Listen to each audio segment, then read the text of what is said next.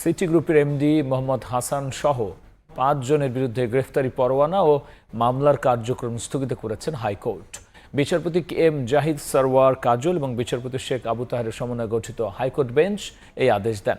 মামলার এজাহারে অভিযোগ, সময় টেলিভিশনের বিজ্ঞাপন থেকে প্রায় ৫.৫ কোটি টাকা আত্মসাৎ করেন আসামিরা। সময় টেলিভিশনের সাবেক এমডি আহমেদ জোবায়েরের এই মামলায় ৭ জুলাই হাজির হতে সমন জারি করেন আদালত। তারা হাজির না হওয়ায় গ্রেফতারি পরোয়ানা জারি করেন ঢাকার সিএমএম কোর্ট। উচ্চ আদালতের শুনানির পর আইনজীবী শিশির মনির জানান, নিম্ন আদালতের পরোয়ানা ও এই মামলার কার্যক্রম স্থগিত করেছেন উচ্চ আদালত।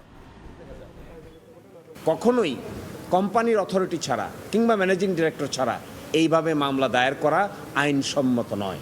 তাহলে যে কেউ কোম্পানির পক্ষে যে কোনো সময় যা ইচ্ছে তার বিরুদ্ধে মামলা করতে, ফৌজদারি মামলা করার জন্য উদ্যোগ গ্রহণ করতে পারবে। এটা আইনের দৃষ্টিতে গ্রহণযোগ্য নয়। এই জন্য আজকে স্টে হয়েছে, শুনানির জন্য দিন নির্ধারণ করা হয়েছে। আমরা আশা করি এই মামলাটা শুনানি অন্তে হাইকোর্ট ডিভিশন রুল অ্যাবসলিউট করবেন।